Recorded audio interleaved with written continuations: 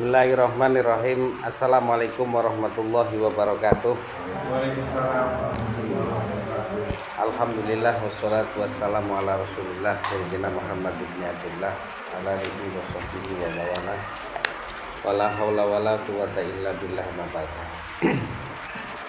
Bismillahirrahmanirrahim. Al-faslu tsani fi bayani raddil insani ila asfalas safilin.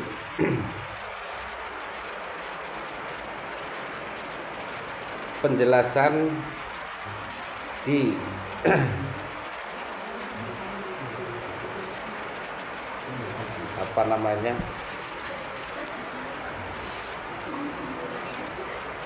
dibalik nane menungsa ila asfali safilin, kepada alam yang lebih rendah.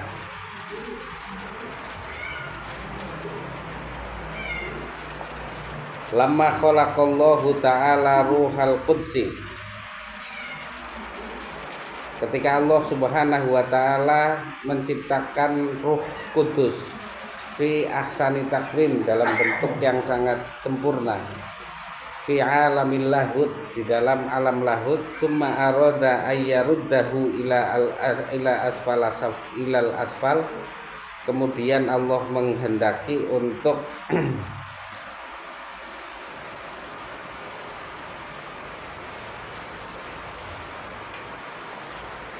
menjadikannya di alam yang lebih rendah, li ziyadatil unsi, ya, untuk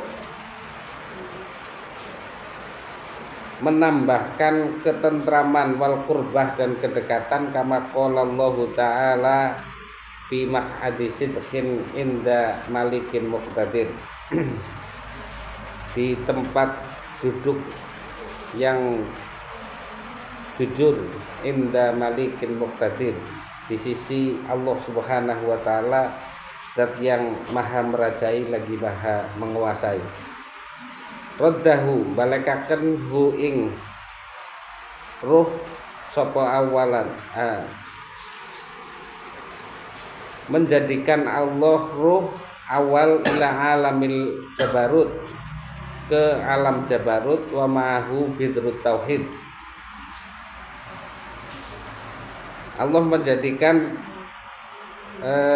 pertama di alam jabarut, kemudian bersamanya biji ketauhidan, furu'un min nuraniyah fi dzalikal alam, sebagai cabang dari cahaya fi dzalikal alam, pada alam tersebut. Wa albasar ruhal qudsi, Allah memakaikan pakaian ruh kudus, al-qiswah, ing bungkus, min dzalikal alam, dari alam tersebut. Wa kadza ila alamil malakut, begitu juga ke alam malakut, tsumma ila alamil mulki wasyahadah, kemudian ke alam mulku wasyahadah. Fa khalaqalahu min kiswati unsuriyah, kemudian Allah menciptakannya pakaian atau penutup unsur-unsur dari alam mulku, yaitu alam dunia, kailayah tarik bihi alamul mulk, agar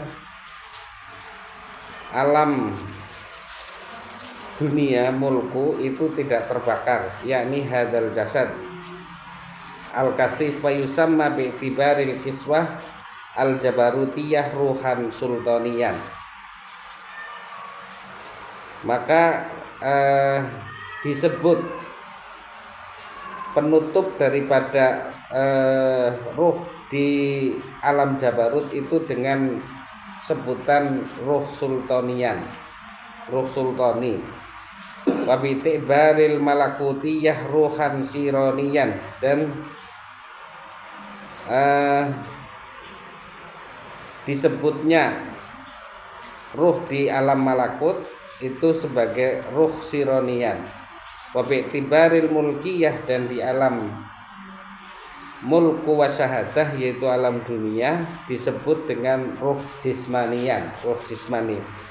Wal maksud min maji'ihi ilal asfal, tujuan didatangkannya ruh ke dunia yang lebih rendah, kasaba ziyadata qurbah, agar mendapatkan tambahnya kedekatan, wadarojah, dan ketingkatan biwasitotil qalbi, dengan wasilah hati, wal qalibi, dan pemilik hati. Fayazra'u budrut tauhid, maka menanamkan bidrut tauhidi, cabang tauhid,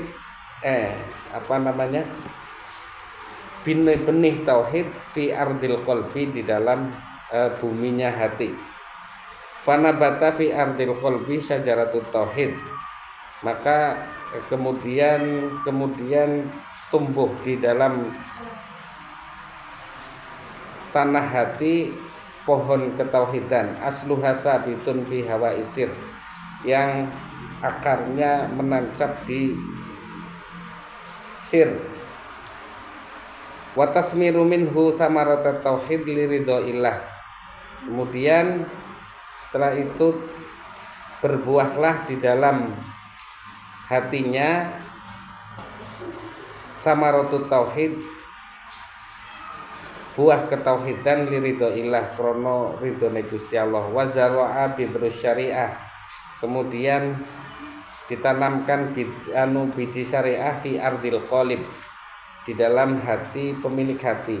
Litambut fiha syajaratus syariah wa tusmiru minhu samaratud darajah, agar tumbuh di dalam hati di dalam pemilik hati syajaratus syariah, pohon syariat. Wa tasmiru minhu samaratud darajah. Fa amarallahu ta'ala al arwah kullaha bidukhulil jasad, Allah subhanahu wa ta'ala memerintahkan ruh untuk masuk ke dalam jasad. Fa qasama likulli wahidin minha mawdi'an minhu, fa mawdu'ur ruhanil jismani, tempat ruh jismani itu fil jasadi, di dalam jasad, ma bainal lahmi wad dam, itu di antara daging dan darah. Wa maudhi'ur ruhul rawani, dan tempat ruh rawani itu di hati. Wa maudhi'ur ruh sultani, dan tempat ruh sultani itu di fuad. Wa maudhi'ur ruh al-qudsi di sir. Walikulli wahidin minha hanut fi baladil wujud.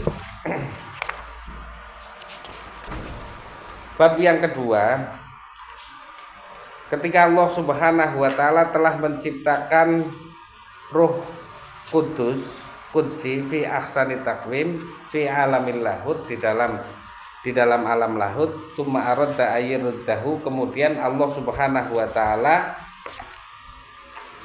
menciptakan ruh, menurunkan ruh tersebut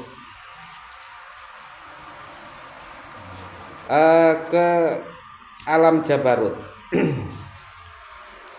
Nah, dari alam jabarut kemudian Allah subhanahu wa ta'ala menurunkan lagi ke alam malakut. Dari alam malakut kemudian Allah subhanahu wa ta'ala menciptakan jasad, dan kemudian ruh itu diletakkan di dalam jasad, maka ruh itu dinamakan ruh jismani.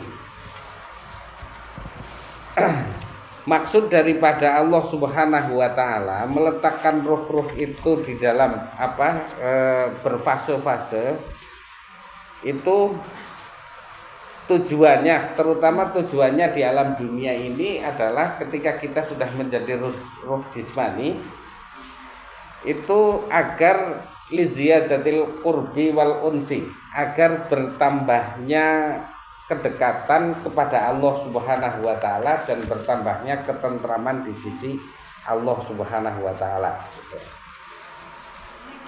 Jadi dulu ketika ruh al-qudsi itu sudah berjanji kepada Allah subhanahu wa ta'ala dengan mengatakan alastu birabbikum qalu bala syahidna, itu Syahidna itu sudah tentram, kata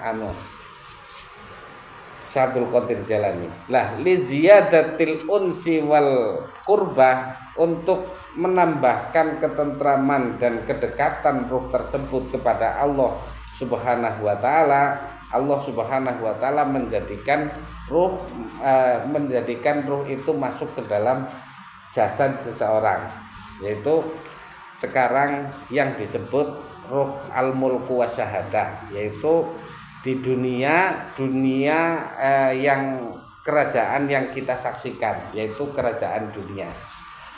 Lah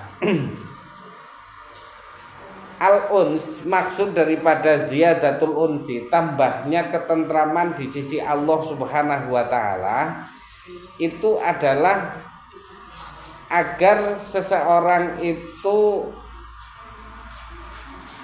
melihat keindahannya gitu. Jadi keindahan, ketentraman di sisi Allah itu adalah karena kita melihat sifat keindahan Allah gitu.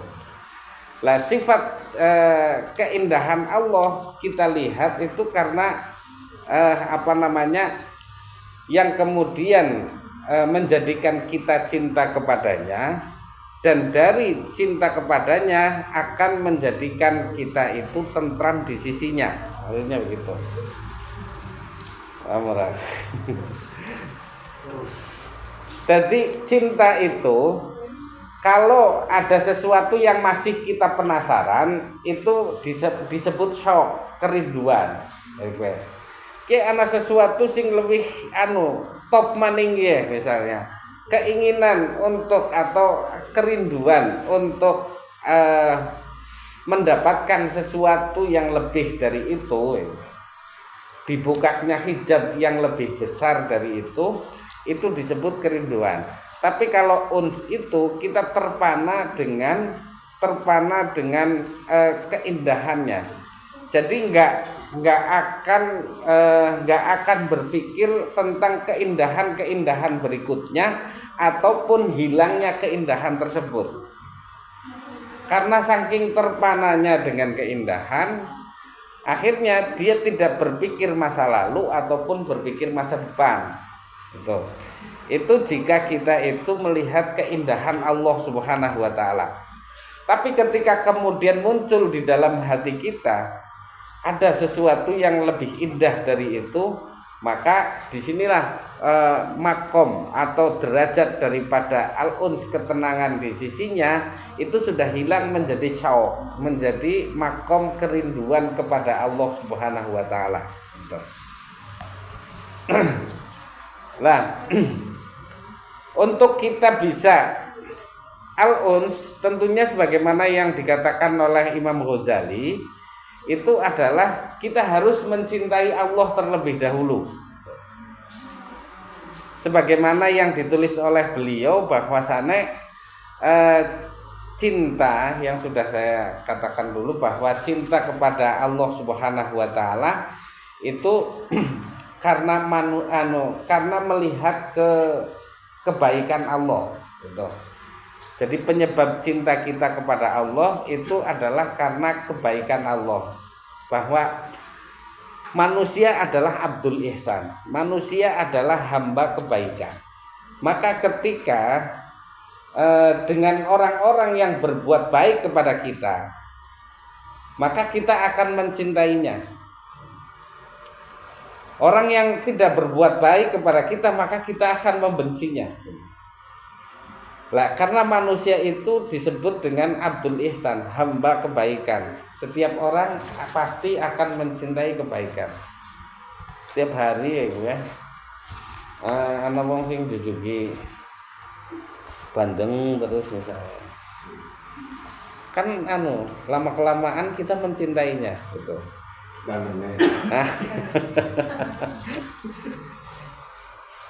Wong srengenge abot-abot tunggal esuk deh. Diterbitna sekang timur, ditenggelamna nang barat, tunggal dina kayak gue. Abot-abot ya. Kan berapa kali lipat matahari. Ya. kongang-kongange. Lah ini ketika seperti itu maka akan tumbuh cinta kita kepada pemberinya. Karena manusia Abdul Ihsan.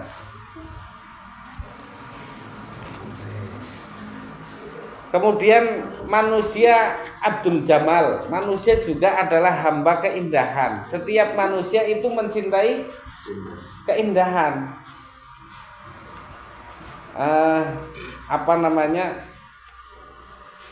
Kita kadang memberikan sesuatu kepada orang lain. Tapi bukan untuk keinginan kita dipuji orang-orang lain. Saya hanya ingin merasakan betapa indahnya hidup ini ketika bisa membahagiakan orang lain. Ketika ana wong bahkan sesuatu yang sudah tidak dipakai oleh kita kemudian diberikan orang lain dan orang lain merasa bahagia karena pemberian tersebut, maka kita juga ikut bahagia. Itu keindahan. Tidak berpikir untuk dipuji ataupun apa, tapi hanya kita itu terpana dengan keindahan seperti itu. Lah maka manusia itu melihat Allah Subhanahu wa taala itu maha indah. Wong unggal dina dhewe rezeki nggo maksiat maring Gusti Allah. Tapi ora putus-putus rezekine dheweken maring wong sing maksiat kuwi maring Gusti Allah. Kan sifat kayak indah banget ya. Terpana dengan keindahannya itu pada saat itu kemudian dia kehilangan masa depan ataupun masa lalu. Lah sora mungkin neraka ora ya misalnya. Karena anak pun neraka enggak urusan karena dia lagi terpana dengan keindahan sifat tersebut. Nah ini manusia karena manusia itu adalah hamba keindahan. Setiap manusia mencintai keindahan.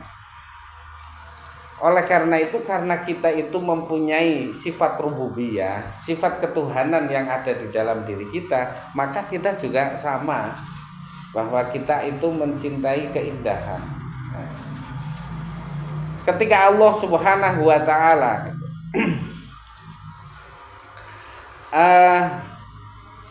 menjadikan seseorang itu ibadah kepadanya,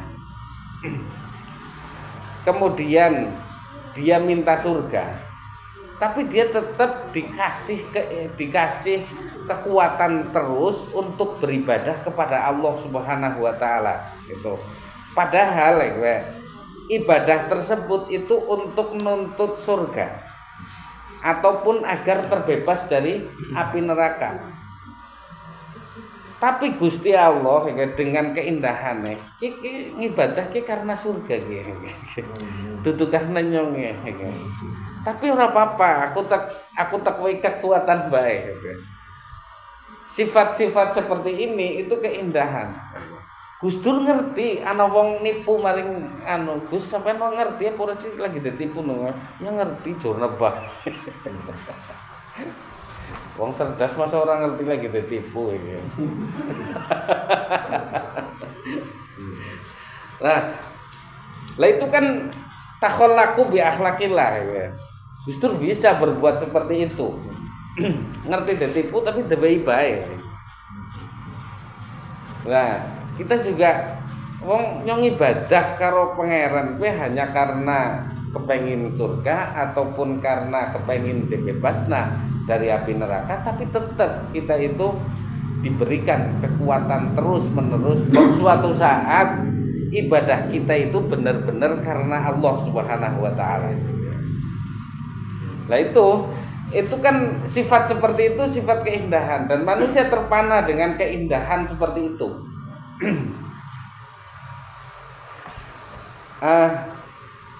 Allah tahu bahwa kita itu maca istighfarnya juga nggak pernah serius maring Gusti Allah.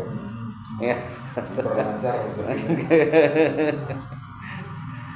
Tapi kita dikasih kekuatan untuk maca istighfar. Itu indah.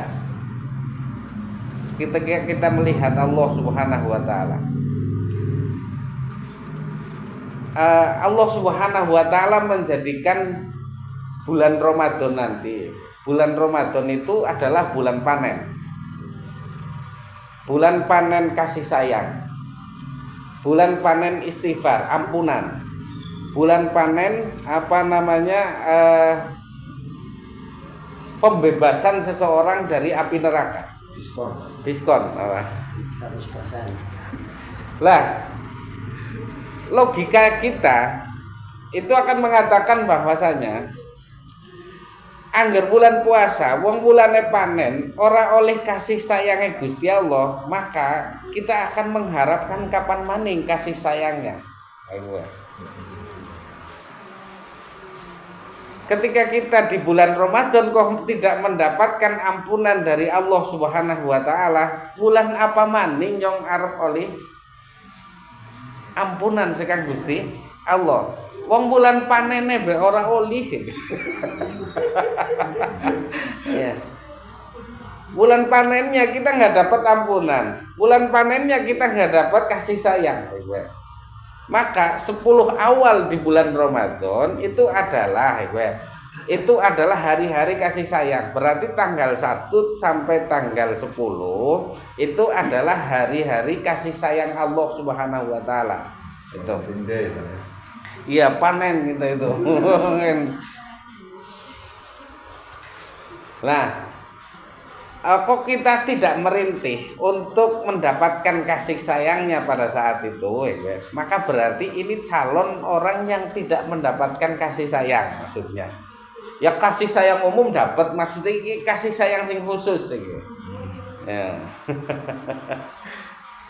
Lah, maka angger ciri-cirine wong kok kemudian orang mendapatkan kasih sayang, itu karena tidak ada rintihan di hari-hari pertama untuk mendapatkan kasih sayangnya, dan tidak ada rintihan pengampunan maring Gusti Allah pada 10 kedua, yaitu tanggal 11 sampai tanggal 20 bulan Ramadan. Ini panennya umat Kanjeng Nabi Muhammad, pengampunan sekang Gusti Allah. Kok kemudian pada saat itu orang rintih jaluk pangampura maring Gusti Allah, berarti alamat bulan-bulan dia ya arep ora oleh pengampunan. Karena nang bulan panen be ora oleh, apa maning nang bulan sing dudu bulan panen iku. Iya.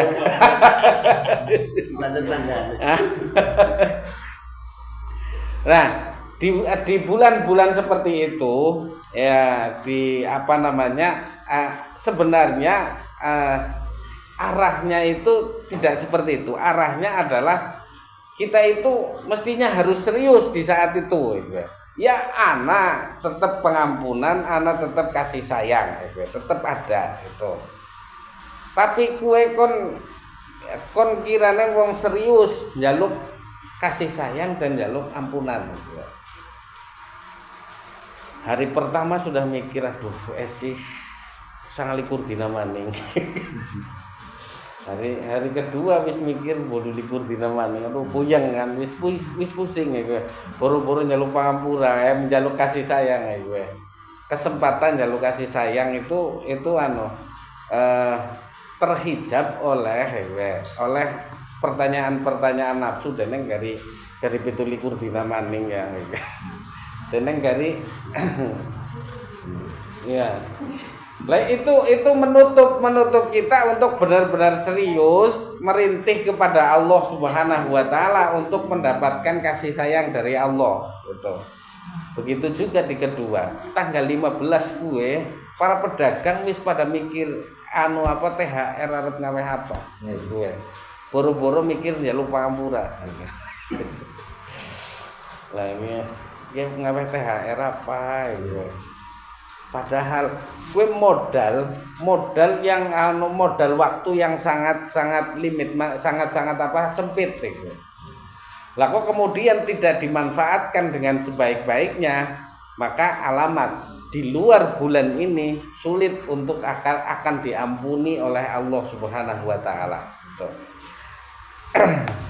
Maksudnya sulit itu bukan berarti kita minta pangampura enggak diampura. Maksudnya pada saat bulan puasa itu kan hawa kebersamaan setiap orang muslim itu lagi bareng-bareng taat. Anggar di bulan yang lain kan enggak ada pendukung dari sana sini gue.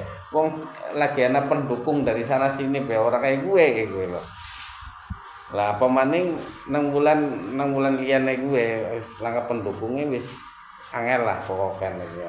Berarti alamat wis sembulah. Ya, kira-kira paham ya. Lah ini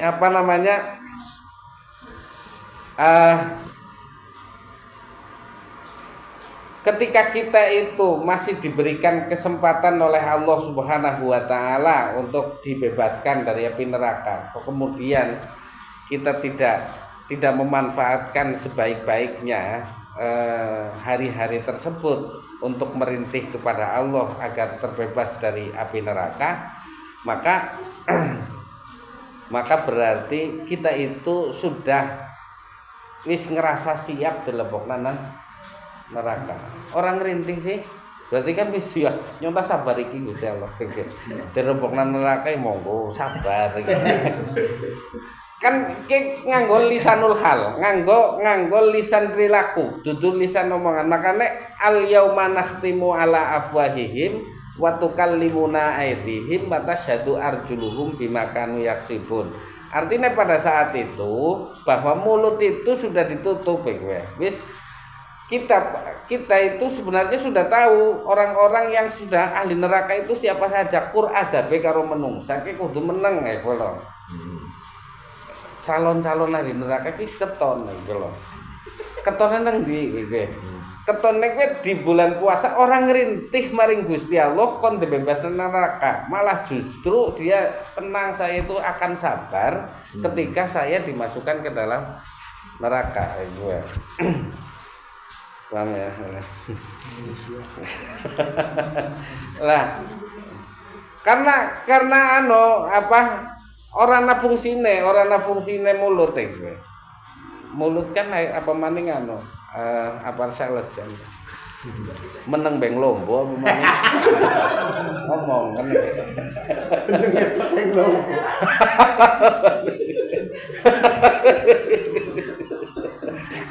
Paling dulu tak kaya.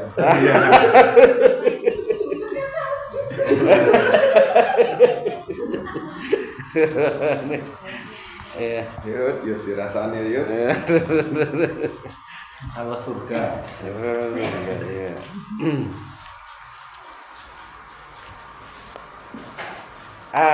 Artinya surga itu kalau sudah ini kan maksudnya bukan kita meminta dibebaskan dari surga itu dengan pengganti amal kita, bukan. Tapi kita memang disuruh oleh Allah untuk berlindung dari api neraka. Waktu duhannas wal hijaro ku anfusakum wa ahlikum naro. Jagalah diri kalian dan keluarga kalian dari neraka gitu. Itu kita disuruh, maka kita meminta. Tapi meminta kita itu bukan dengan amal perbuatan kita.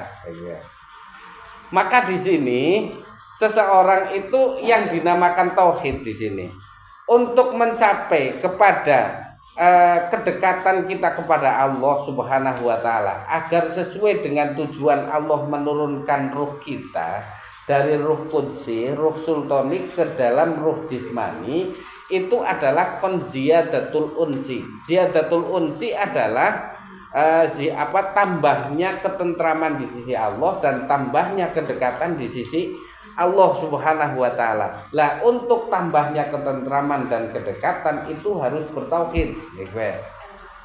Salah satu ketauhidan seseorang adalah menurut definisi para ulama, salah satu ulama itu mengatakan bahwasane angger sampeyan kepenake sing paling kepenak, angger sampeyan ngibadah dengan ibadah yang sungguh-sungguh Terus bar kue ora ngerasa bahwa nyong kue wis beribadah sungguh-sungguh. Kue bahwa nyong bisa neng ibadah kue karena Gusti Allah, nyong bisa neng sembahyang karena Allah, nyong bisa neng puasa karena Gusti Allah, nyong bisa neng karena nyong bisa melakukan sesuatu karena sedekah Gusti Allah. Lah inilah ketauhidan yang dimaksud ulama bahwa wis melakukan sesuatu bar kue ora emot nyong wis nglakukan. Nah, gue. Ini tauhid. Berarti gue ketika kita meminta neraka bukan dengan amal kita, gue. Kita meminta dijauhkan dari neraka karena Allah memerintahkan kita untuk berlindung dari api neraka. Berupa ku anfusakum wa ahlikum naro, jagalah dirimu dan keluargamu dari api neraka, gitu. Tapi dengan apa kita meminta? Dengan kasih sayang Allah Subhanahu wa taala, gitu. Nah, kemudian anak kiai lagi.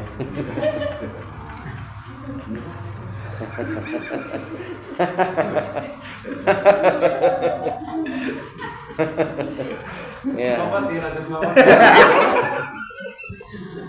Tenang lah, emang kok tak wakil. Nah itu. Jadi inilah tauhid. Tauhid itu adalah ketika kita sudah sedekah, kita itu sudah nggak merasakan kita itu mampu sedekah. Dan dengan sedekah itu untuk menuntut surga ataupun untuk agar kita dibebaskan dari neraka. Bukan seperti itu, ya. Tapi kita melakukan itu semua karena mengharapkan kasih sayang dari Allah. Setelah kasih sayangnya Allah baru akan memasukkan hambanya ke dalam surga dan membebaskannya dari api neraka, gitu. Nah, ketika kita itu menanamkan tauhid itu semua ke dalam diri kita, maka berarti kita itu ya segala sesuatu amal perbuatan itu akan menjadi sia-sia manakala kita menisbatkan amal tersebut terhadap diri kita, karena itu sudah hancur ketauhidannya, betul. Bahwa kita itu mempunyai kekuatan, padahal kekuatan itu dari Allah. Kita mempunyai daya dan upaya, padahal kita itu diberi daya dan upaya. Sehingga kita itu sebenarnya nggak melakukan apapun kecuali karena Allah memberikan fadlnya terhadap kita sehingga kita bisa. Lah inilah hati ketika sudah seperti ini, itu nanti yazra fi qalbihi akan tambahnya ketika tambahnya ketentraman dan kedekatan seorang hamba dengan Allah, sebagaimana dulu pernah dekat pada saat ruh tersebut menjadi ruh al-qudsi itu. Ya. Sehingga ngomong kan unggal tahun korban. Ya pikirannya apa? Pikirannya bahwa mentakah Gusti Allah seorang lebok nanyong maring surga, nyong unggal tahun korban. Lah neng kono gue ketauhidannya wis hancur. Begitu juga wong sembayang. Nyong wis sembayang iki gue. Mesti Gusti Allah arep lebok nanyong maring surga. Daripada ngelebok nakai maring surga, orang tahu sembayang beban belas ya gue. Ya orang mungkin angger patutan ngelebokna surga ya maring nyong karena sembayang. Lah ini ketauhidannya sudah hancur, gitu. Ini bagian ini. Kita pun kadang kalau tidak terasa hati kita gue ngomong kayak gue.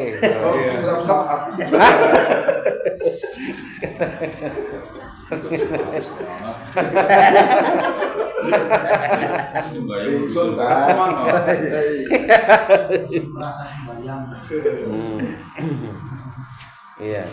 Kasih merasa aku sing sholat. Lah,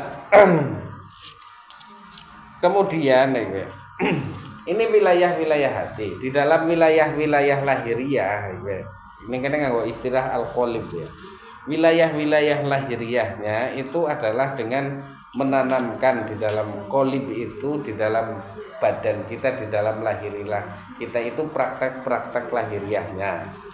Artinya, Al-Quran gue ya memfardukan wudhu ya membasuh 4 anggota tubuh. Yang pertama adalah muka, kedua adalah tangan, ketiga adalah kepala, sebagian kepala dan kaki, 4 saja gitu. Ini syariat karena Allah Subhanahu wa taala mengatakan di dalam Al-Qur'an idza qumtum ilas sholati faghsilu wujuhakum wa aydiyakum ilal marafiq wamsahu bi ru'usikum wa arjulikum ilal ka'bain. Itu. Nah, itu secara lahiriah, secara syariat kita mempraktekkan apa yang diperintahkan oleh Allah Subhanahu wa taala, tapi hati kita setelah itu harus mengatakan bahwa saya itu ketika dapat melakukan itu semua bukan karena saya orang baik, tapi karena saya diberikan anugerah oleh Allah Subhanahu wa taala untuk dapat melakukannya. Inilah pembahasan yang kedua ini, artinya adalah ketika kita itu ingin ditambahi oleh Allah Subhanahu wa taala, tambahnya ketentraman di sisi Allah dan kedekatan kita di sisi Allah Subhanahu wa taala, itu harus tertanam di dalam diri kita benih ketauhidan. Benih ketauhidan itu kan selalu tidak selalu bolak-balik gitu. Kadang ngaku, kadang nyadari, kadang ngaku, kadang nyadari gitu. Akhirnya ngaku. Tuh piye ora siratal mustaqim bae. Siratal mustaqim itu ketika kita taat secara lahiriah, secara batiniah kita tidak merasa telah melakukan sesuatu. Nah ini paling sulit karena apa maning wis salat tahajud nasib uripe sih kayong Jakotan. Ya wis pokoke perkasa ben golek duit. Lah akhirnya orang ngerti nyong apa Gusti Allah ya, orang perlu nyong salat tahajud wis puluhan tahun. Ya, deneng aku dhewe urip kaya bae. Nah, kowe kan akhirnya ketauhidannya hilang karena nyong wis salat tahajud. Bukan tahajud itu diberikan anugerah oleh Allah Subhanahu wa taala gitu. Nah, kalau orang sudah belajar tauhid biasanya balak maning, tapi kok suatu saat ya ke situ lagi gitu. Tergelincir di situ lagi. Kemudian balak maning. Lah permasalahannya sih wong sing ora ngerti gitu priwe. Lah kan terlalu jauh nanti. Karena apa? Karena dikira itu bukan ketergelinciran. Maka Allah Subhanahu wa taala mengatakan untuk mengajarkan kepada kita arinal haqqo warzuqna tiba'ah wa arinal batila warzuqna ijtinabah. Perlihatkanlah kepada kami kebaikan itu sebagai kebaikan dan perlihatkanlah kami kemudian kami dapat mengikutinya, perlihatkanlah kami keburukan sebagai keburukan dan kami dapat menjauhkan dari keburukan tersebut. Kadang-kadang wong deleng kebaikan itu deleng keburukan itu adalah kebaikan. Oke ya, wong deleng akeh. Iya. Nyebut Yesus sih kok bahaya kan aja nyebut Yesus sih. Iya. Enggak. Puasa nang hari raya Korban misalnya. Kan waktu nekon mangan nang Gusti Allah dewe keringanan tanggal dia haram mangan haram puasa kok puasa lah orang nyata puasa baik lah wis haramnya puasa seolah-olah dia menganggap bahwa hal tersebut adalah kebaikan tapi padahal kan Dia melakukan dosa walaupun dia secara lahiriah kayak melakukan kebaikan. Nah, karena apa puasa di Dzulhijjah itu tidak boleh. Gitu. Lah begitu juga ketika di bulan Idul Fitri, nggak boleh lah nyong arep puasa bae lah, mong puasa 30 dina be makome dhuwur apa maning 30 ji. Apa maning 30 ji. Bahkan luar biasa. Nah ini jadi memang intinya daripada tauhid itu adalah ifrodul qadim alal hadis, yaitu akan memisahkan antara yang qadim dengan yang hadis. Yang qadim itu adalah Allah Subhanahu wa taala dan yang hadis itu seluruh makhluk Allah Subhanahu wa taala. Hadis itu adalah sesuatu yang adanya bermula gitu. Dan ada akhirnya. Sementara qadim itu tidak ada permulaannya dan tidak ada akhirnya. Gitu. Nah, salah satu yang sering kita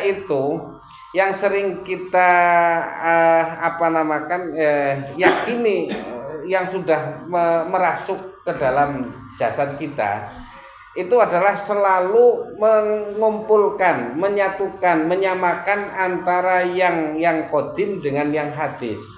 Allah Subhanahu wa taala dan contoh ketika kita berdoa seolah-olah Gusti Allah ternyata kayak berdoa ya, kayak anak efek gitu.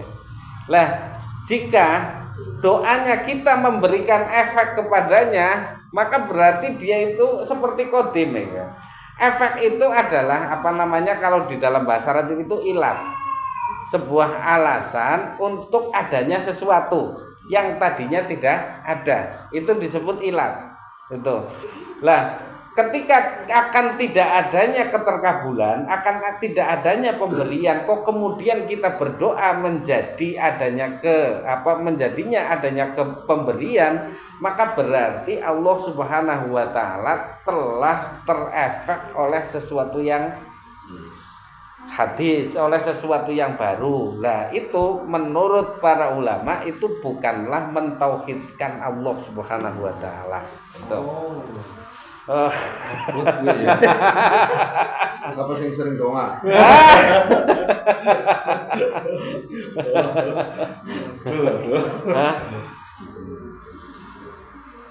Lah itu seperti itu.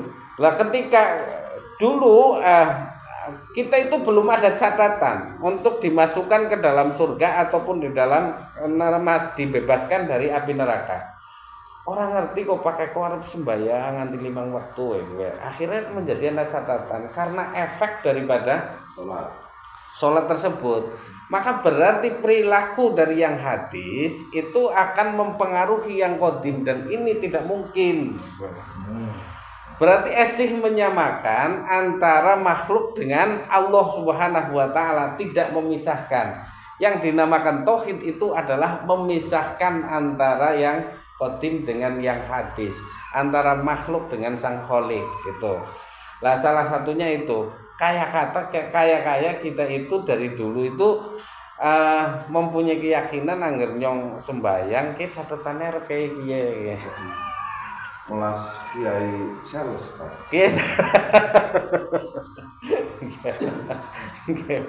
Salah kulit guru ya dalam pengajaran. Revisi. Lah ya. Didaktik metodiknya di jalan. Iya. Lah, adapun ketika kita itu sholat, ketika kita itu berdoa kepada Allah Subhanahu wa taala, itu karena kita itu telah terpengaruh oleh yang qadim, bahwa catatan yang ada di sanalah yang mempengaruhi kita. berarti angger esih ana wong ngaji tenan karena memang ngaji baik karena ki arep nang surga iku lho. Amin, amin. Amin. Tapi surga Jabar tetap. Surga Jabar. Lah ini ketauhidan itu paling enak. Makanya dulu saya sudah katakan pertanyaan kubur yang paling sulit itu adalah man robuka, siapa Tuhanmu? Siapa yang dalam kamu? Siapa Tuhanmu? 240.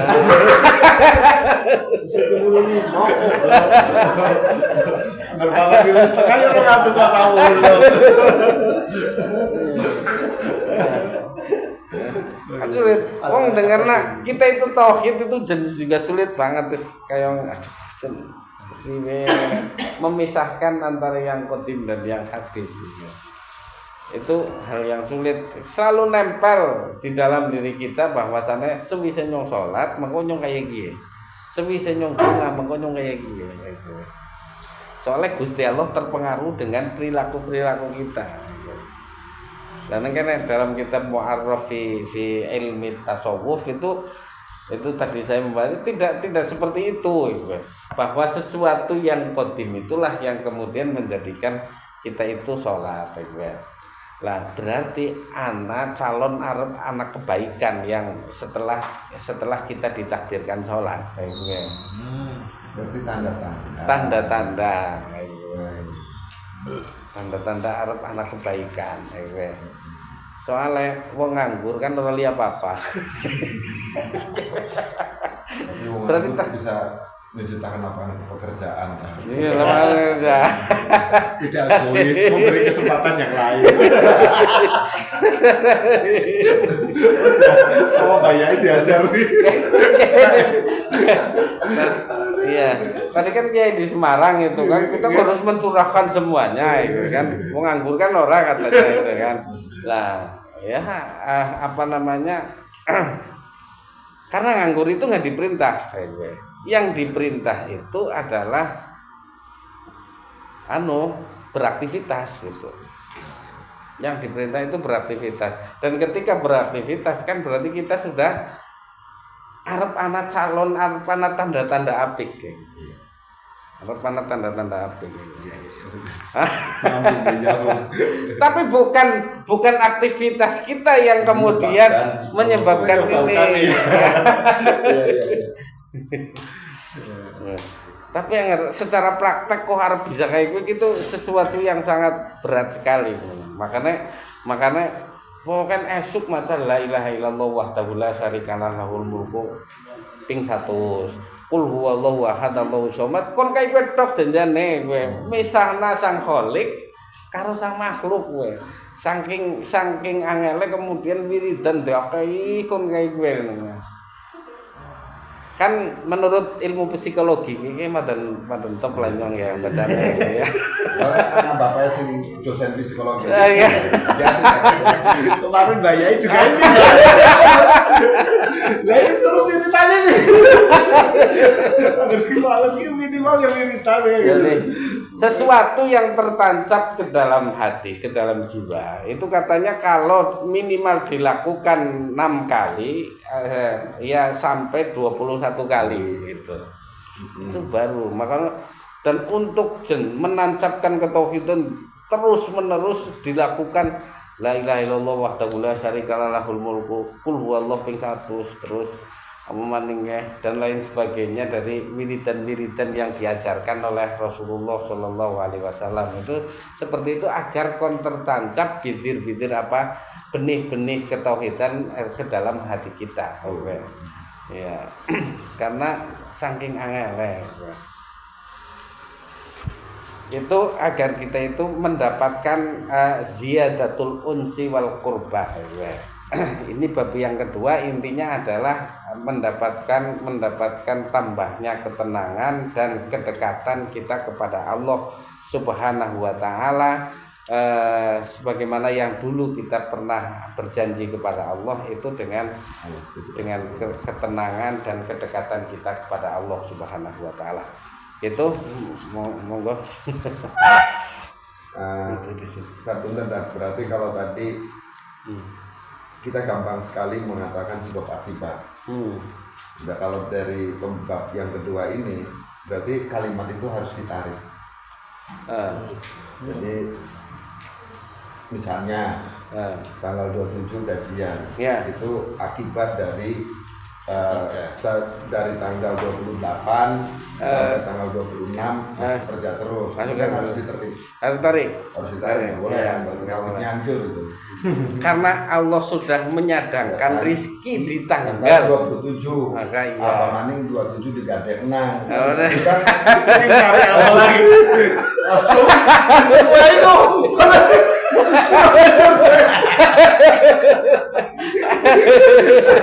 Oh banyak nanti gue. Iya. Nah, artinya ini tadi sebab akibat itu kita sering sekali terjadinya ini akibat ini, terjadinya ini akibat ini. Nah itu sama aja kalau bahasa orang Medan itu bocor halus. Berarti tauhid kita juga bocor. Bocor halus kan. Harusnya terjadinya ini memang sudah saatnya ini. Ada tanpa akibat tanpa sebab ini pun pasti terjadi ini. Betul. Gitu kan. Nah tapi bahasa ini kan tidak umum. Iya. Gitu kan. Iya, betul. Nggak umum kan. Nggak umum. Padahal sebenarnya gampang kan ya untuk membuktikannya ini kan. Misalnya besok yang gajian tanggal 7 itu nggak usah masuk lah. Tanggal 27 mesti gajian kan? Iya. Mesti gajian. Mesti. Karena Allah sudah menetapkan tanggal 27 gajian. Kecuali digadek. Kalau aku bukan enggak ya, maksudnya aku ada mengkritisi dari metode cara-cara pengajaran yang udah kebanjur kepada anak-anak gitu kan untuk ketauhidan. Ini baru dengar lah ya ini hari ini ketauhidan tuh seperti itu, ya kan. Yang satu kita mulainya dari kesadaran. Kepriwe kita kesadaran selalu mengingat bahwa itu pasti semua dari Allah, gitu kan. Nah untuk memberi kesadaran itu butuh kedewasaan, penalaran seperti itulah ya. Untuk anak-anak yang lebih kecil, usia dini dalam hal ini pengajaran tingkat dasar, itu lebih baiknya, bukan lebih baiknya, mungkin lebih pasnya dengan doktrinasi. Ya, doktrinasi itu contohnya kayak gini. Umpamanya Bismillahirrahmanirrahim, kita hari ini mau belajar. Kita belajar karena bayangin ya, ini aku bayangkan terlalu jauh mungkin. Diganti kurikulum pengajarannya, cara metode pengajarannya itu seperti ini. Jadi anak-anak kita berdoa hari ini mau belajar, kita ucapkan syukur, alhamdulillah kita bisa belajar ini karena Allah. Ya, mungkin doktrinasinya enak seperti itu, akan lebih. Terus kita mau melakukan apapun hari ini karena Allah kayak gitu. Lah ini memang nggak nggak umum juga, tapi itu lebih baik dengan doktrinasi seperti itu, kayaknya kok indah dan lebih daripada menunggu 40 tahun nih lebih ngerti. Kita tuh seperti ini kan, kayak gitu kan. Harus dengan kesadaran kita menyadari bahwa kita duduk di sini, kita sholat, kita gajian, kita payu dodolani, itu karena Allah itu kan, karena kemurahan, kasih sayang dan sebagainya. Lah kalau untuk yang dari awal ini mau ke banjir itu sebenarnya lah kayak ngene lah. Kalau aku malah bayangkan untuk anak-anak yang berikutnya itu pengajarannya itu seperti itu. Jadi selalu apa Allah kayak gitu. Lucu. Gimana ya? Kalau sekarang kayak ayatnya misal seperti yang sering kita bicarakan. Kita ngajarkan ke anak kecil, kita bisa apa? Dua Allah. Yang kita contoh ini. Jadi gede dikit. Harus jam 11 kan dua Gusti Allah. Jiot lah. Nah kan sebuah ngontal bom lah. Panen sebab akibat dari awal. Masanya juga. Ben manjingnya carane sirwe mau bahasanya ya bertahap, pemahamannya bertahap. Misal bocah TPQ diajari misal dia apa Gusti Allah bener pengenalan tapi ketika serta merta ditelan dua dengan jenis bocah kan video ini harus jam 11 lewat pakai Gusti Allah kan itu maksudnya kaya belum anu kaya aku juga kaya deh. Jadi kalau saya enggak Gimana? kembali ke didaktik metodika. Didaktik itu cara kita menyampaikan kepada ini. Seperti sama aja sekarang begini. Ini karena berdasarkan kejadian ya tadi. Misalnya seperti anak bilang, kamu salah, kamu harus minta maaf. Sekarang dibalik, anak itu bertanya, maaf itu apaan? Maaf itu apaan? Ayo, siapa yang mampu menjawab? Nggak ada kan yang mampu menjawab. Maaf ada pengakuan kesalahan. Nah, nggak bisa. Karena maaf itu adalah tindakan. Jadi yang patut di-upgrade bukan anaknya. Sing kedaluarsa. Nah, yang ada luar itu. Yang menyampaikan itu.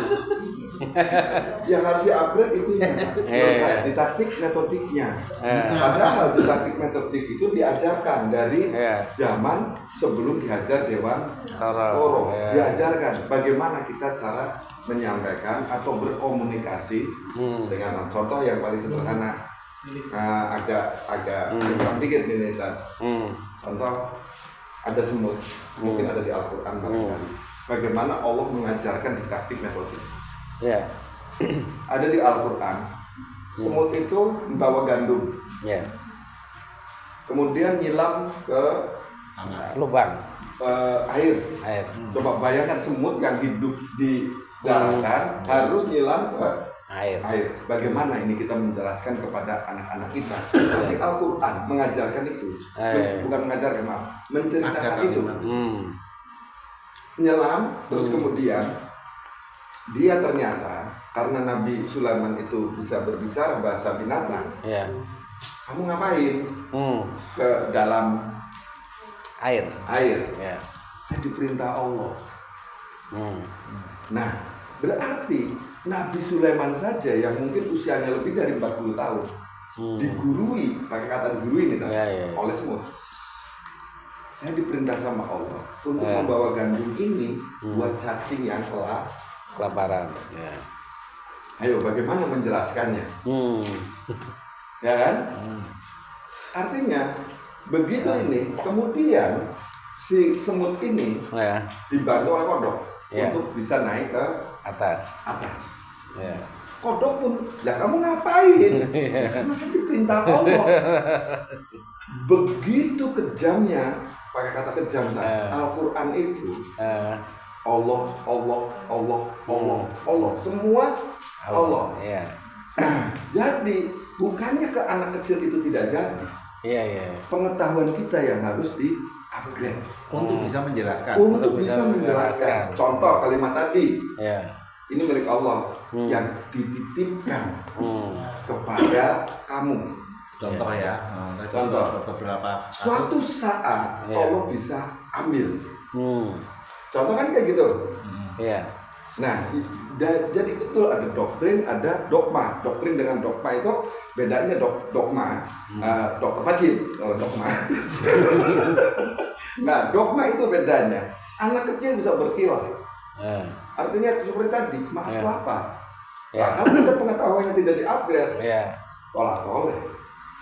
Makanya pakai doktrinasi. Pokoknya. Nah, kalau pokoknya itu yang tertanam di mereka itu adalah sebuah ketakutan. Atau penyelewengan di masa salah pemahaman. Bukan berarti saya tidak mengatakan itu jelek, enggak. Justru itu menyempitkan ke anak-anak itu kehendak bebasnya, keliaran berpikirnya. Nggak apa-apa, silahkan. So bebas-bebasnya berpikir.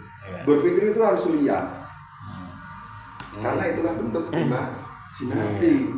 Imajinasi anak kecil kita harus ini sama lah. Kita dulu mungkin siapa yang nggak pernah main layangan. Imajinasi kita nih hampir setiap main layangan. Andai kita yang ada di atas sana, contoh kan gitu. Kan gitu Pak sama. Ya. Kan imajinasi itu boleh lihat. Yang nggak boleh itu adalah berhayal. Ya. Nah, itu yang nggak boleh. Jadi kalau menurut saya memang betul harus sejak dini, tapi jangan bentuk doktrin, tapi dogma. Al-Qur'annya bilang gini loh. Nah kita nih yang di-upgrade. Contoh, kamu contoh kayak tadi ya, kamu tuh keliru, kamu harus minta maaf. Nah bagaimana maaf itu apa sih?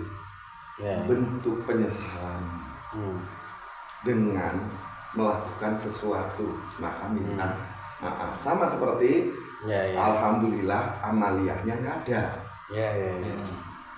Orang gampang bilang alhamdulillah, amaliyahnya mana?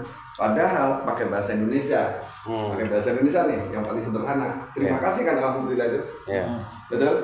Diterima, dikasihkan. Ini kan bentuk amaliyahnya, diterima dulu, kemudian dikasihkan kembali. Nah, kan sama kan, baru dengar mungkin. Terima kasih, kan gitu kan? Tapi gitu. Nah, itulah imajinasi, keliaran berpikir. Kalau kitanya menyempitkan dalam bentuk doktrin, mereka nggak bisa berpikir. Oke, cari bapak ngomong. Keliaran berpikirnya nggak ada.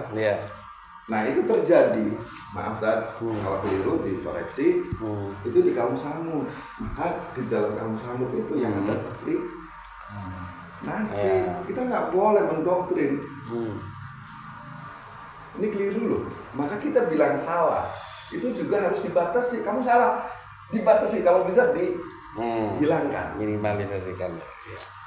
Keliru loh, kamu berbuat seperti ini, kan gitu. Kelirunya di mana? Kan gitu. Nah baru tadi, makanya tadi yang ada bocor alus sebab akibat itu ya tadi. Kamu berbuat seperti ini, efeknya akan seperti ini. Sebab akibat. Sebab akibat, kan gitu kan? Berarti sama aja kita memberikan wawasan kepada ini. Oh berarti kalau begini caranya begini ya Pak, atau begini ya Mas, atau begini ya gitu kan? Ya silahkan. Saya udah pernah melakukan itu, hasilnya seperti ini. Nah, tapi kalau kamu mau melakukan hal lain, silahkan. Tapi kalau salah, dia akan berhenti. Kan pasti berhenti. Cuma salah. Kira-kira gitu ya. Ini jauh. Dari Al-Quran itu di taktik metodik itu saya bukan ahli Al-Quran. Kenapa sih hukum itu cuma 3%? Tapi ceritanya itu lebih dari 50%. Cerita sejarah. Karena cerita itu untuk mengembangkan imajinasi kita.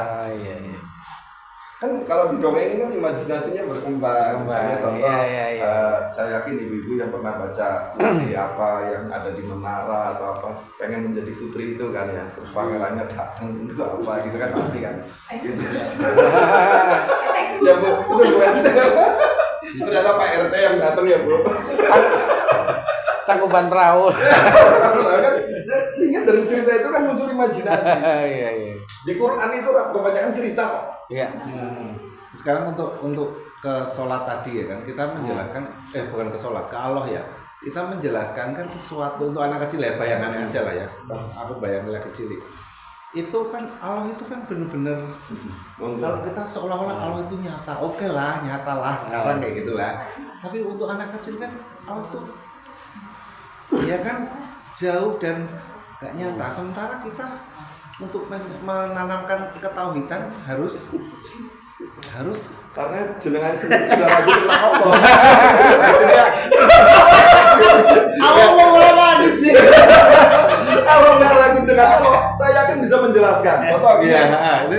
kita cari metode satu yang bisa disepakati bersama dan sama, bisa dipakai untuk semua ini untuk kayak gitu loh maksudnya. Ya. Allah bisa dijelaskan pakai logika enggak? Nggak bisa.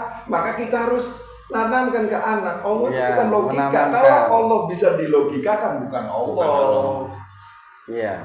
Gitu loh. Karena Allah itu rasa. Nah itu kita menjelaskan itu dulu. Iya, betul. Makanya di dasar-dasar kita itu dulu itu sudah seperti itu sebenarnya. Contoh pelangi-pelangi ciptaan Tuhan, padahal kan itu dari cahaya.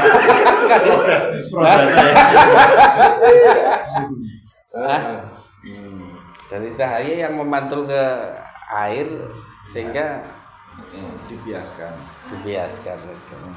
Ya itu karena mukhalafatul hawadisi. Jadi kalau Allah bisa dilogikakan, saya yakin bukan Allah karena ya. Kan gitu, mau KW. Kan gitu sama seperti manis. Silakan siapa yang bisa melogikakan manis? Kayak KL sih. Pasti jawabannya menjelaskan pahit. Siapa aja yang bisa? Harus dengan perbuatan kan? Iya. Ya maka gitu. Nah contoh tadi saya potong mata. Sebab akibat saya setuju kan. Di Al-Qur'annya jelas ada. Tidak boleh kita tuh begini, ini akibat dari ini. Ini nggak boleh apa contoh. Kita tahu ya adanya makhluk di muka bumi ini. Contoh misalnya Mas Eko punya anak. Itu dari sebab adalah perkawinan. Ya kan? Terus kemudian kita mundur sedikit. Ada loh yang nggak pakai perkawinan bisa. Anak siapa? Yesus. Isa. Ada lagi yang lebih top. Adam sama Hawa. Kan gitu sama. Nggak bisa ada sebab akibat. Nah itulah yang dogmakan ke anak-anak. Kan gitu. Setidaknya untuk contoh kasus terbentuknya hadirnya anak, terus Isa, terus Adam dan Hawa setidaknya menjelaskan ketauhidan dengan dari kuasanya Allah. Allah tuh bisa loh kayak gini loh. Itu.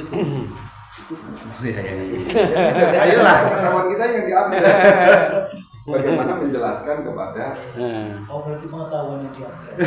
Kami sering-seringnya kita itu malah bisa membuat kayak seolah-olah itu Allah jadi kambing hitam ya. Padahal kambing lambu ya. Wah, karena Allah, karena Gusti Allah. Yang bisa apa Gusti Allah? Tapi intonasi dan nadanya kayak jadi tebalkan. Buat kambing hitam malah. Karena pesta diri. Nggak ada action seperti itu, membok seperti itu. Jam 11 mana boleh Gusti Allah sikat itu maksudnya. Nah makanya karena Allah menitipkan kepada ini, maka nggak boleh kamu main sikat. Harus izin dulu sama yang dititipi. Kan gitu. Bahasanya simpel kok sebenarnya. Nah, sementara di kita yang udah berjalan lah ya metode pendidikan kan kadang lebih diserahkan mungkin yang seragam lah ya di lembaga lah ya. Nah, kalau tadi itu mulainya diskusi ini tuh ada metode yang disamakan di kita percayakan oleh lembaga kayak gitu kan, mungkin dari Departemen Pendidikan, Departemen Agama apapun itu yang bisa di situ. Makanya aku mengkritiki Kimbian aku lagi salah kayak gitu kan. Ya memang itu tanggung jawab orang tua masing-masing dalam itu kan ya kan.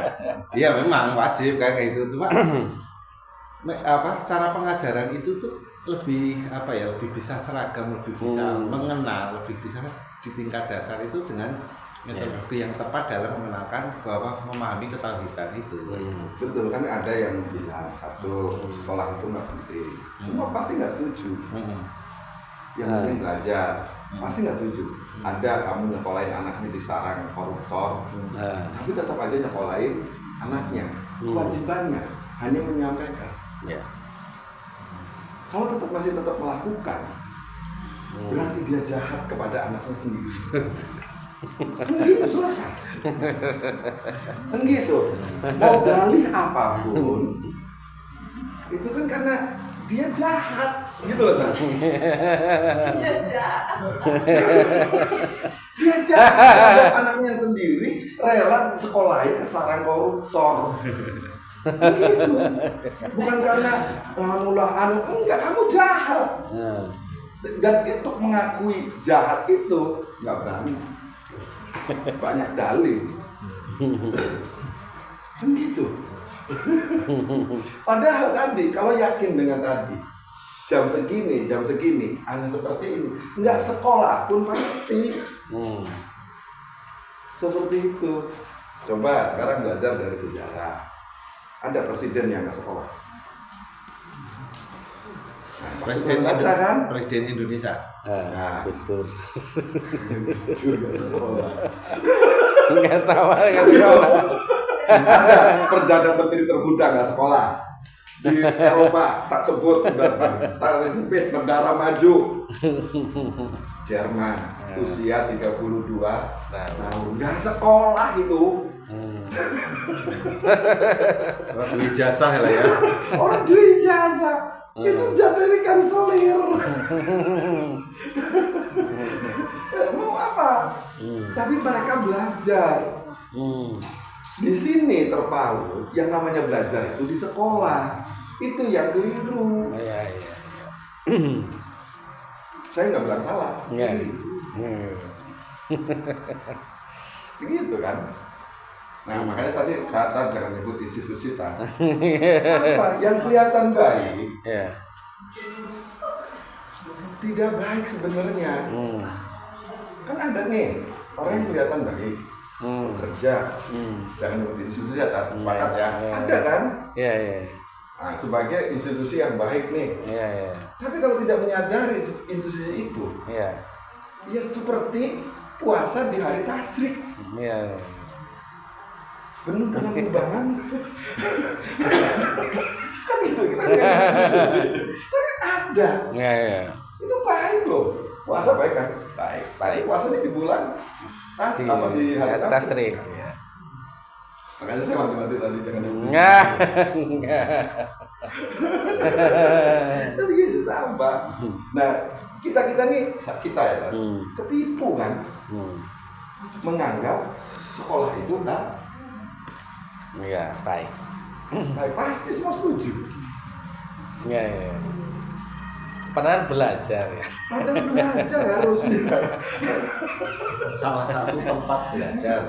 Salah satu tempat belajar. Kan gitu. Ya dan nyusah dari mama. Kayak gitu.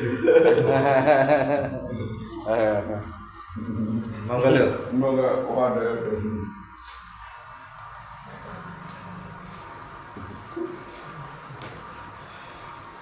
Kita pada paham ya. Alhamdulillah paham.